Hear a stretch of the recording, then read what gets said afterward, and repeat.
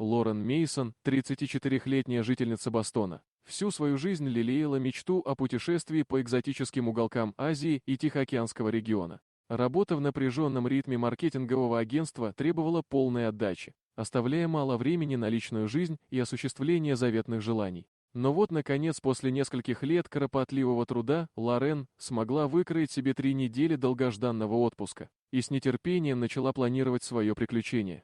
Она тщательно продумывала маршрут, выбирая места, которые давно манили ее своей неповторимой атмосферой и красотой. Путешествие началось с Японии, страны восходящего солнца, которая всегда пленяла Лорен своей уникальной культурой и богатой историей. Токио, пульсирующий мегаполис, погрузил ее в водоворот ярких впечатлений: неоновые огни, шумные улицы, переполненные людьми, невероятное количество магазинов и ресторанов, предлагающих кулинарные изыски на любой вкус. Лорен проводила дни, исследуя многочисленные кварталы, заглядывая в уютные кафе, посещая современные музеи и погружаясь в атмосферу традиционных чайных церемоний. Киото, древняя столица, предстал перед ней в своем величии: завораживающие храмы, умиротворенные сады, изящные пагоды, история, вписанная в каждый камень, в каждую деталь архитектуры. Хаконе, курортный городок, расположенный у подножия горы Фудзи, позволил Лорен расслабиться и насладиться отдыхом в целебных горячих источниках, окунувшись в атмосферу спокойствия и умиротворения.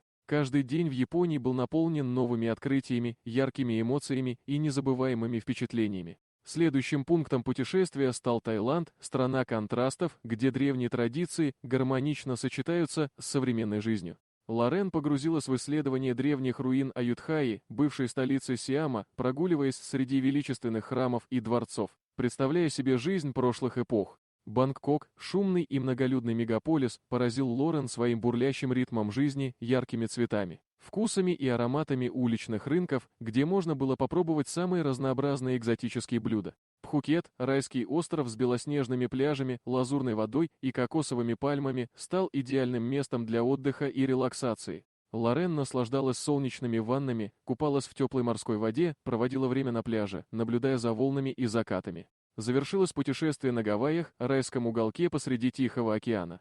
Неделя, проведенная на островах, была наполнена активными развлечениями и восхитительными пейзажами. Лорен пробовала свои силы в серфинге, захватывающем виде спорта, испытывая острые ощущения от покорения волн. Она гуляла по вулканическим долинам, восхищаясь величественными пейзажами, которые казались сюрреалистичными. Закаты на Гавайях стали особым наслаждением, оставляя в памяти незабываемые впечатления. Каждое мгновение проводимого времени казалось счастливым и беспечным. Возвращение домой после такого насыщенного путешествия стало непростым периодом.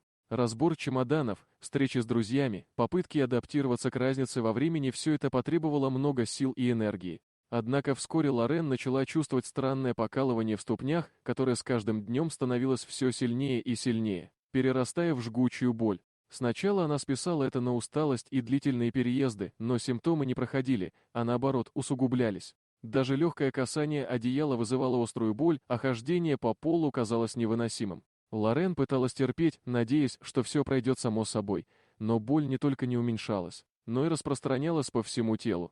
Она начала чувствовать жжение в ногах, затем в руках, и, наконец, боль ощущалась по всему телу. Ситуация становилась невыносимой. Испытывая все большое беспокойство, Лорен, наконец, решила обратиться к врачу. После прохождения ряда обследований и анализов, врачи не смогли обнаружить никаких серьезных отклонений. Они предположили, что симптомы связаны со стрессом, переутомлением и резкой сменой климатических условий. Однако состояние Лорен не только не улучшалось, но и продолжало ухудшаться. Боль становилась все сильнее, она чувствовала себя истощенной, слабой, постоянно мучила головная боль. Она с трудом концентрировалась, ее мысли путались, и ее преследовали беспокойство и страх перед будущим. Лорен поняла, что необходимо пройти дополнительное обследование и найти реальную причину своих страданий. Поиск правильного диагноза затянулся, и Лорен пришлось пройти через множество испытаний, прежде чем она нашла врача, который смог поставить правильный диагноз и начать эффективное лечение. Дорогие друзья, если вам понравилось видео, поставьте лайк, а также подписывайтесь на канал, впереди еще много интересного.